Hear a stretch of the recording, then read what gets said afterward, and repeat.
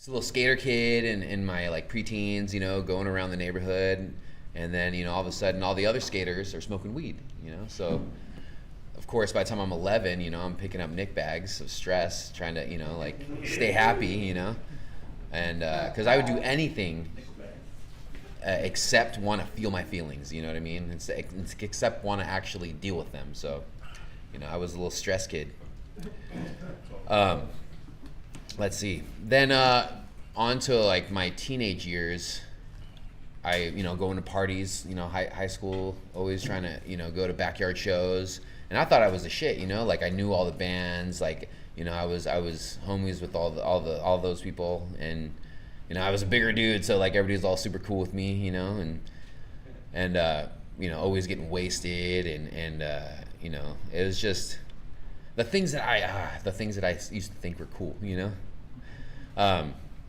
Then by the time I'm like 14 or 15, I'm introduced to meth, and that was a wrap right there, like once I did that first line, and it just like totally changed my life. I was like, oh, that's what I'm looking for, like that's what I've been missing out this whole time. It's just that high. I got all that energy, and I want to just keep going. And so, like I then, of course I, living with my grandparents then, get kicked out. I get totally booted out from them because I'm just out of control. You know what I mean? I'm just running amok, and I'm just, doing all, running with a bad crew, running, just doing fraud at like 16, you know what I mean? It was just all bad, So I get kicked out of there and come back to LA, and, finally, I'm in my element. Drugs are a lot easier to find out here than San Diego, that's for damn sure. But, it kind of hit me when I had my first kid, I was 19. And something kind of hit me inside where, all right, now I have to be responsible for somebody else. So I had my break from using, but I ended up like finding a job. Like literally that week I found out she was pregnant. I got a job, start hustling, get a second job. Within the first couple months, and then so there I'm on the grind. But alcohol crept back into my life. This is where like, all right, I'm doing good, I'm comfortable, let me be like, the OGs in my life, let me start drinking, like at the end of the day, let me do my thing, and then I come home, and at night when the kids are in bed, I can start drinking. And my go-to was a half pint of Cellar Dairy and 232s of High Life. Like that was just my crutch. That was my every night. Turned into a fifth of whiskey a night, and then just on the ground running. In circles. But, I, of course, growing up with addicts and alcoholics in my life, I didn't know how to treat the family. I burned every bridge I ever had. I treated my ex-wife horribly, and, eventually ruined that relationship, So ended up, chasing them or following them back here to LA. And, just doing the whole thing all over again. Like basically once I lost my kids and my ex-wife, I just went right back to drugs, and I hit it hard, that I'm just, all I care about is using and not feeling, not numb, just numbing, and just anything but coping. So, it's crazy that, today I have problems. We all have problems, right? But I'm living in privileged problems today. I get to deal with these things. Like I get to find a solution. I'm able to like work on the things that I'm weak at so that I can become stronger.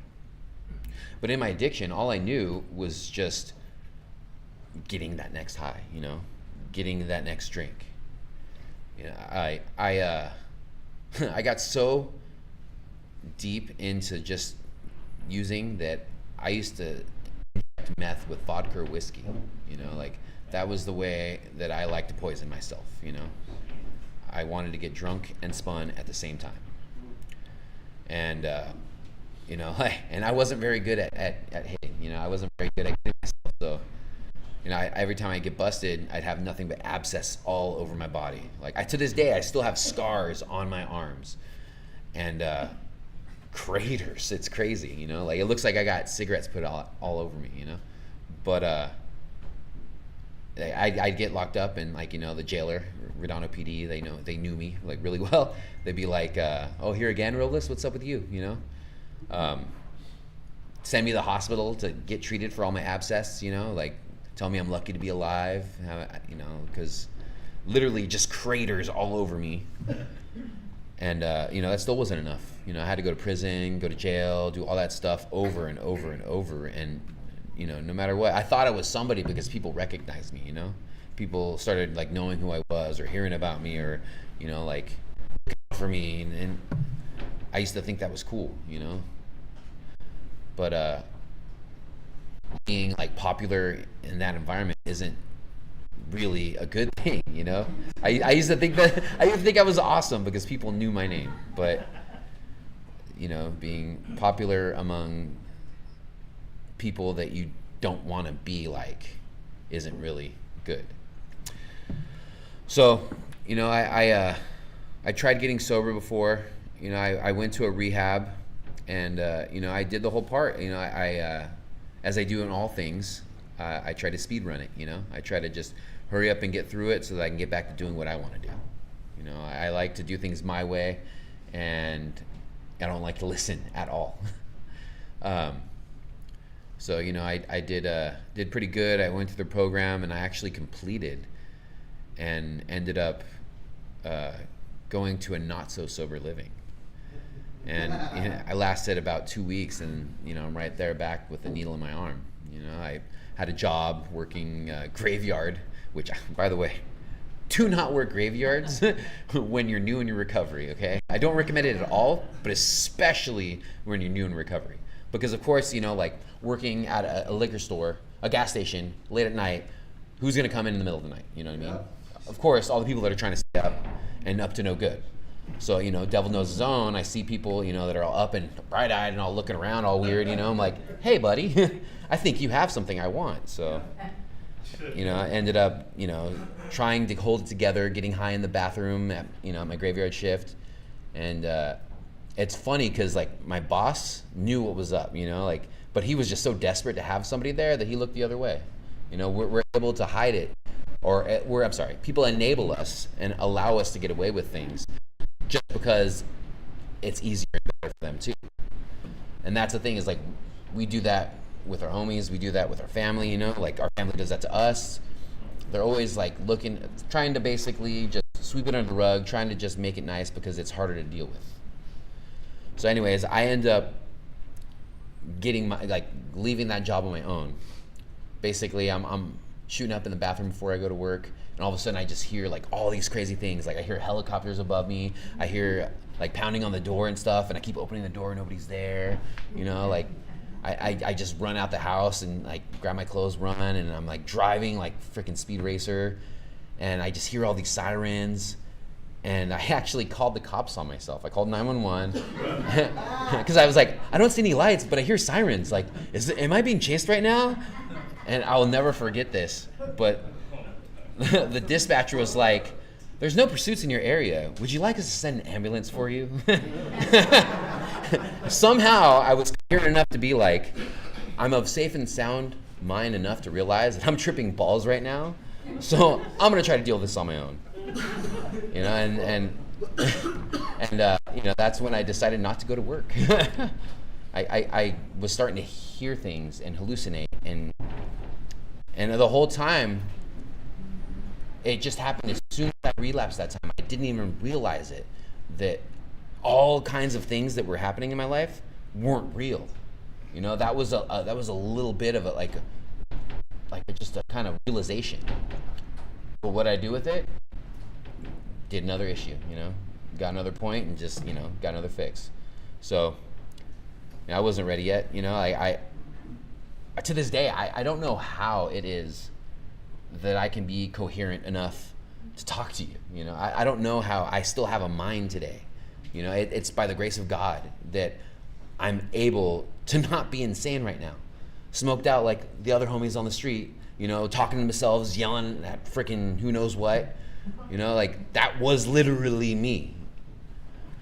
So, of course, you know, like when I relapse and I get back into it, somehow it swallows you up twice as fast. You know, I get deep into it. I meet all the wrong people at the wrong time. You know, I'm moving large amounts of meth, and, you know, and then I think that having a gun on me makes me cooler, you know, and that I have more authority and stuff. And, you know, I running amok all over, you know, like what, Venice, LA, San Diego, just doing all kinds of stupid stuff. Somehow I'm getting away with it too. Like cops are pulling me over and letting me go, you know, like I thought I was cool because, you know, like I had a different name to go by, and I, you know, like I was smart and I figured this out, you know, I know how to really con everybody. And then by random act of God, I get stranded one day, and I'm supposed to meet up my boss. The guy that I'm learning from, and all of a sudden his wife calls me, telling me that he just got popped by the feds. You know, I was supposed to be there with him. I was supposed to be there, like backing him up, like, you know, I was his right hand. That dude's doing 50 years in the feds now, you know, and I would have been there too. It's another God shot, you know, like that. God put me in situations where I can either rise and become what he has in store for me or plan for me, or I can keep doing what I want to do, you know, and just feel like a scumbag, you know, just feel like a piece of shit, trying to hide it, trying to numb, trying not to like realize it or admit it. So that was my first moment of clarity. You know, I ended up getting arrested, and you know, like it was funny because it was the shortest time I ever stayed locked up. 3 weeks, 21 days exactly, you know. And I was an ODR. I was a trustee, you know what I mean? Like, okay, you know, super cushy. It was like, you know, a stay at Club Med. It was super, just super funny. And it's funny too, because as soon as I get in there, you know, one of my homeboys sees me, hey, what's up? And then, you know, they're like, you want a drink? They're trustees. I'm like, what is it? It's rubbing alcohol and orange juice. You know, like right there. And I'm just like, you know, normal me would be absolutely, you know, like, you know, chin to the sky. But for some reason, I just didn't want that anymore. I didn't want to be a scumbag. I didn't want my kid. I didn't want to die a piece of shit, you know, and knowing that my kids would find out that I was just worthless. And so, you know, when I went to see the judge that time, I asked for help. I told him, you know, like, hey, like I completed my first rehab. I just need one more chance. And he said, all right, you know, he gave me that chance because I completed, you know. So I get out and I just have the worst luck with POs. Like, they do not like me and they do not want to help me, you know. And for some reason, they're just always looking for a reason to get me down, or to lock me back up. Of course, it's because I was an idiot, but for some reason, like, my homeboys kept telling me about this place, Fred Brown. You know, like, bro, ask for Fred Brown. That's the place. Like, you know, they're really cool there. And I had the same PO that I had before, and I asked them, like, hey, like, you know, like, I've heard that this place is legit, and you know, I really want to go there. It's closer to my family, and, you know, and I'll be able to, you know, get visits for my kids and my lady. And it was the first time he ever did anything like to help me. And he called. He called, and Fred Brown said they had a bed for me, but I had to wait 11 days for it to be available.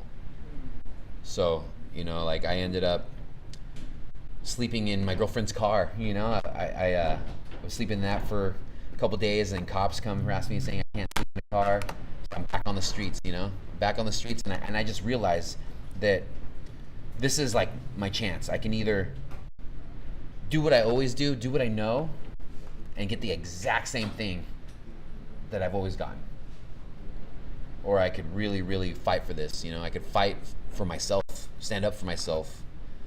And I don't even know how, but somehow I lasted those 11 days without drinking or using. And I saw the homeboys, and I was kicking it in the freaking LA River with them because I didn't have anywhere else to sleep, you know what I mean? But anytime like they pass the pipe my way, they pass the needle my way, I'm just like, no thanks, I'm good, you know, like I'm just trying to crash. You know, I never stole a day in my life until I was homeless on the streets. Then that's all I did. All I did was steal and take whatever I wanted, whatever I needed to get that next high. You know, I remember one time when I was a kid, I stole a candy bar from a liquor store. My mom beat the shit out of me and drugged me back and made me give it to them, admit it to them. I never, ever, ever wanted to feel that embarrassment again, you know? I mean, shoot, if you knew my mom, you knew that it's impossible to be embarrassed with a mother like that. Like, she raised me with a ball in her hand saying, I'm dedicated, I'm not a quitter. AA's for quitters, son. So, you know, for me to start stealing every single day of my life was one thing that I just never knew that I could do. But once I crossed that line, it's easier to cross the next line, you know? It's easier to get deeper down that hole of just darkness, you know? Like, we all know what real darkness is, you know? We've all been in that gutter. We've all been in that jail cell. We've all, you know, I don't know about, I've had a gun in my head and just realized that, do it. I don't give a fuck. What else? What are you gonna do to me? You're not gonna take anything from me that I haven't already lost. And realizing that is really realizing how little you value life, you know? This is the greatest gift that we've ever had the chance to experience, you know? Like, some of my homies didn't make it this far, you know what I mean? A lot of my homies that I made in Fred Brown, you know, didn't make it. You know, I can't talk to them, call them anymore, and, you know, talk shit, and, you know, and just hang out. But the homies I do have now make it all worth it. Like, so let me backtrack. So I come to Fred Brown. I'm still doing things my way. I still don't like to take direction. I still don't like to change, you know? I just know my program. I know what I want to do, you know? And I don't know what the hell that therapy is about writing that autobiography, but damn it, something clicked when I did that shit. And it really, like, started affecting me, you know? Like, I hate rewrites. Oh my God, I hated rewrites. Damn it. I was doing good too. I was on a good streak. I was doing good for a minute, and all of a sudden I get to my brother, and you know, like, rewrite. I'm like, damn it, all right, whatever. And then I redo it, and I say it again, rewrite. I'm like, what the hell, you know? Like, my counselor's telling me there's something that I'm missing, that, you know, I'm still feeling like he's the victim in that situation, you know? And then it just clicked, you know, like I realized it. And I didn't even do it because I understood it. I did it because I understood what she wanted, you know what I mean? I did it because I knew what they wanted of me. But once I did that and put it on paper, I understood what she meant by that, you know? It's that the understanding the perspective outside of just being selfish and self-centered. Because, you know, obviously we wouldn't be here today if we weren't selfish and self-centered. You know, we know what we want, we get what we want, we do what we need to get that, you know? And that's getting high or drinking. But that started clicking with me. And then I get to my dad, and that was the person I hate the most, you know? Like it was just on sight. If I saw that dude, like, it was so bad. Like, I hated him. But then I realized that because I hated him so much, I became him. Yep.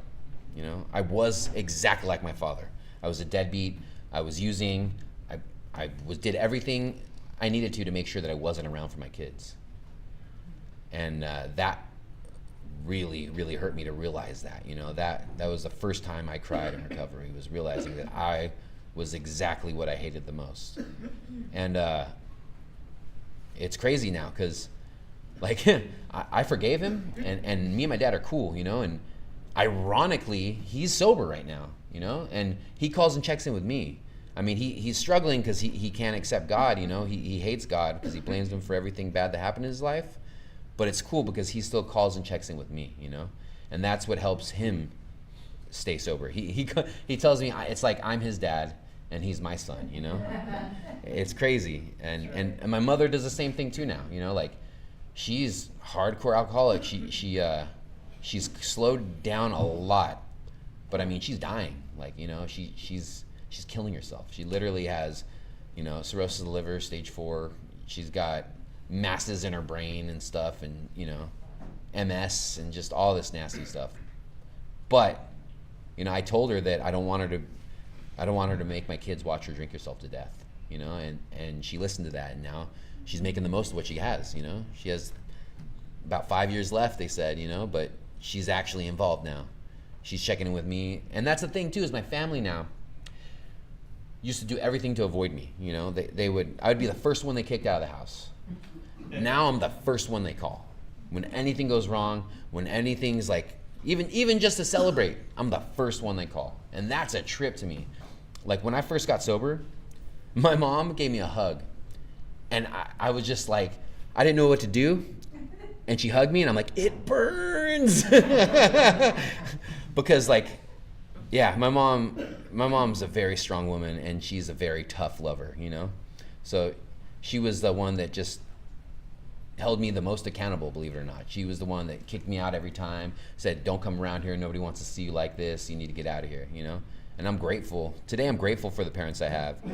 Addiction and all, if it wasn't for them, I wouldn't know what not to do, you know? Right. And I wouldn't have the drive to do better.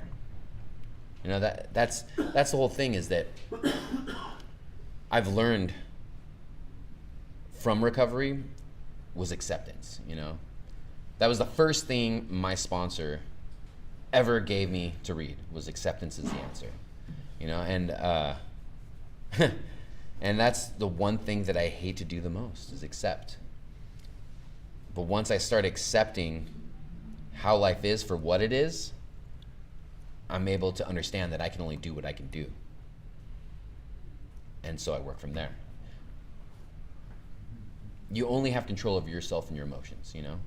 And I refuse to let any other person or substance besides God and myself have control over that. You know, that's what I've learned today, is to check myself, to have my sober support network, have my accountability partners.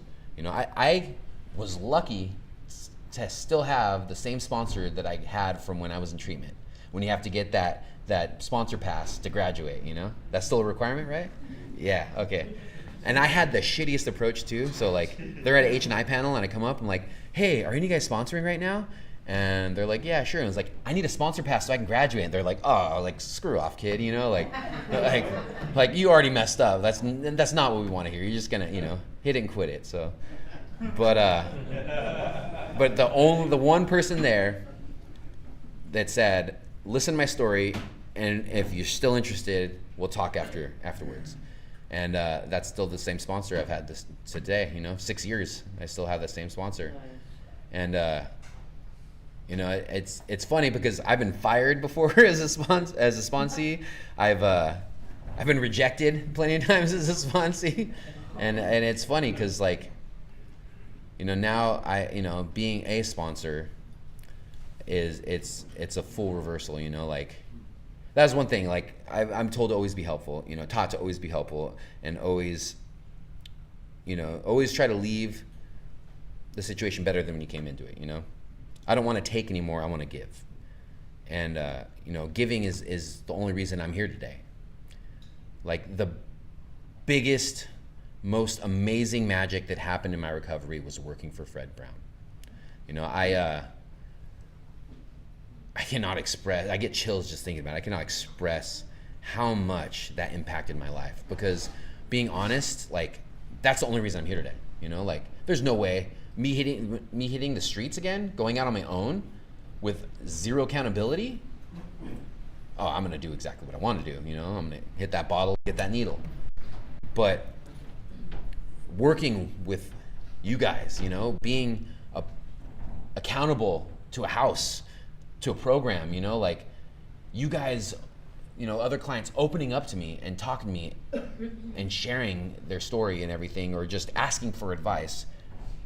I still stay in touch with some of my old clients, you know. We still go out. Like, I just took another client paintballing with me last weekend, you know. Took him out for dinner for his birthday, sober birthday. He got 2 years. I'm just like, this is insane to me, you know.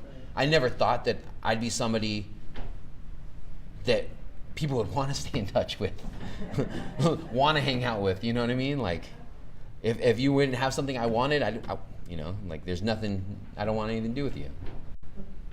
But it's insane today that, okay, I hate all the stupid cliches. They still hurt my soul to this day, like keep coming back, it works if you work it, all that stuff.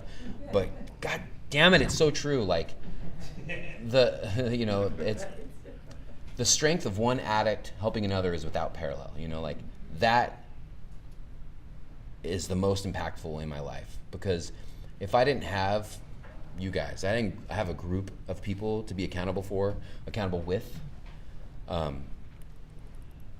be just a scumbag again, I'd be grimy out there, just, jacking grandma for frickin' a fix. It's just, it's insane to me that I can actually have a good life. Like, I get to plan vacations now. I never knew what a vacation was before. Like, I never actually went on one. I grew up poor as shit, like we didn't have anything. Like, I had to buy my own phone when I was 18 because my mom was like, I ain't giving you shit, like you're on your own. And it's just crazy that I actually like am able to do things. Like I am going to Catalina Island for my first time, you know what I mean? Like that's a trip for me. And the type of people that are in my life is a miracle today. Like, I have quality friends that if I call, they're there on a drop of a dime.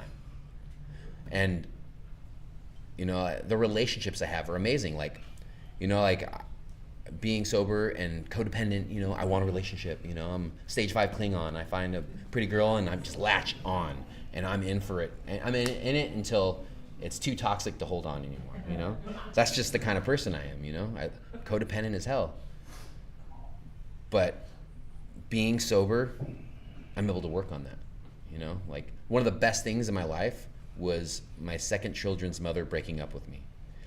Because if she wouldn't have done that, I would have still been focused on booty and kids, you know what I mean? Like, my kids were my higher power, my booty was my higher power. That's all I cared about before.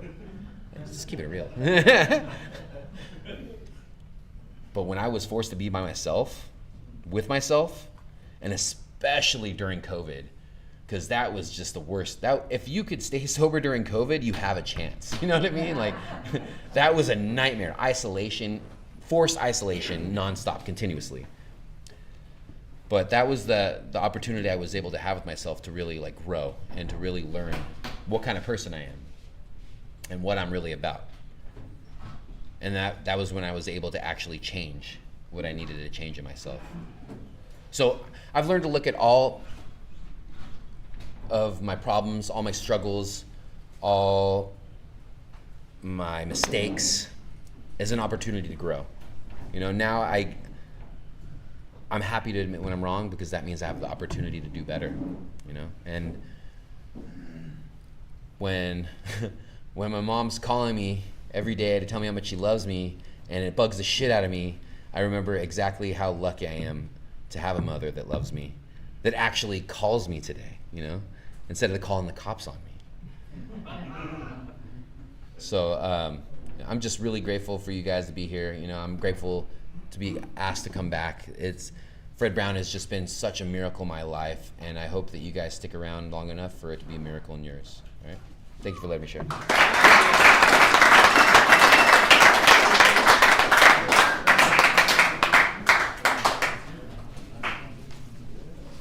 Hey Liz, do we have time for shares?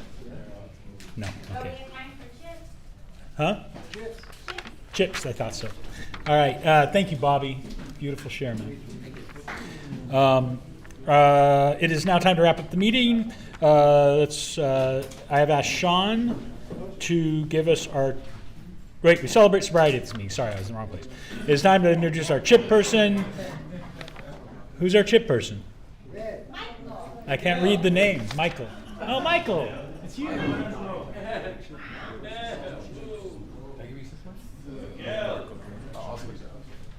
Hey guys, my name's Michael. I'm an alcoholic addict. Michael! I'm also your chip chick at this meeting.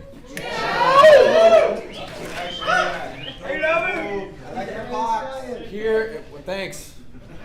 Here at Fred Brown Recovery Services, we'd like to celebrate various links of sobriety, starting with the most important person in the room, the newcomer. With anyone with 29 days or less, I'd like to come up and get a chip and a hug. 29 days or less. Yeah.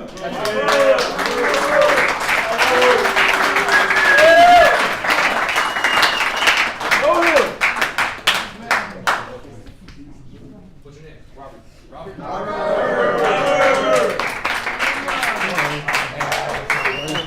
Hell yeah. Porter. All right. Anyone with 30 days? 30. Anyone with 60 days?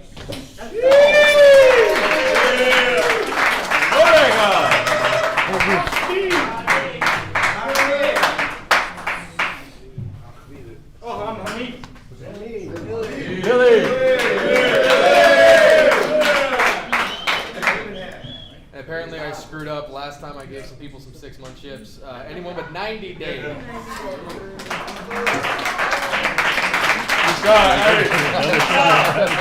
Thank you. Marco's at it. Grant, Attic. Great. Hey, thank you. Nathaniel.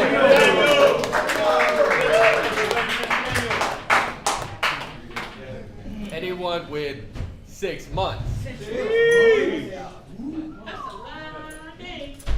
Anyone with 9 months? That's my baby daddy. Anyone with 18 months? That's a whiner chip for anyone who doesn't know. All right, we also celebrate birthdays at this meeting, but it's celebrated at the end of every month. So please get with the meeting secretary if you'd like your birthday celebrated here. With anyone with a year or more, please raise your hand. Just goes to show that this program does work. Thank you for letting me be of service.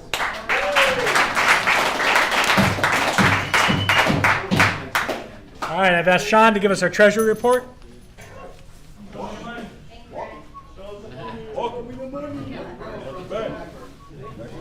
All right, you guys, your meeting slips will be up here.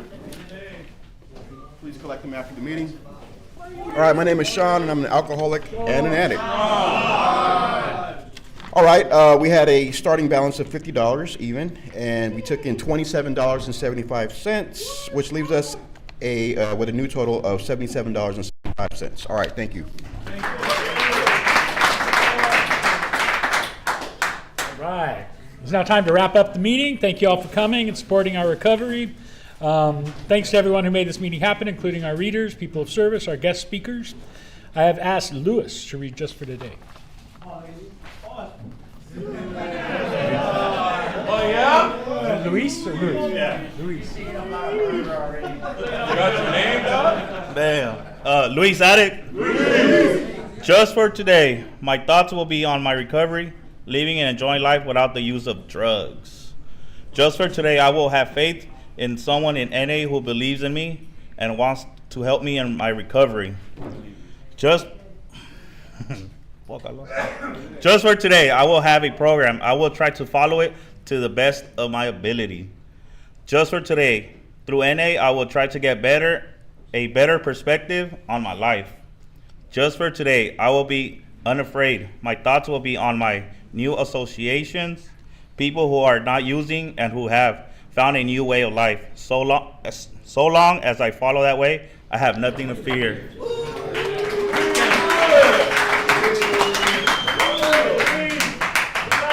All right, after a moment of silence for the addict who still suffers, will Bobby lead us out in a closing prayer? We also get some volunteers. Oh, we need some volunteers for cleanup. Raise your hand if you got a volunteer for cleanup. 1, 2, 3, 4. We got you. Good.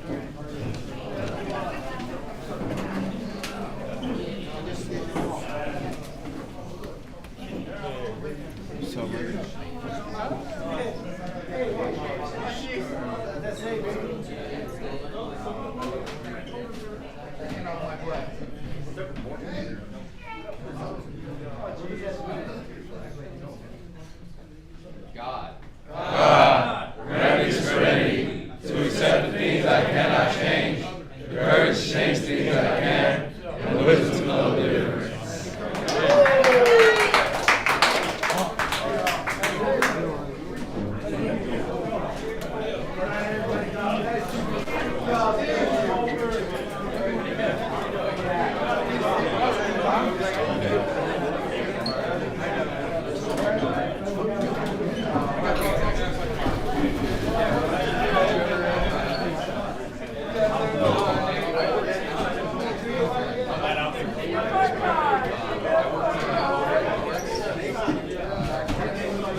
forgot my name, bro. I forgot my name.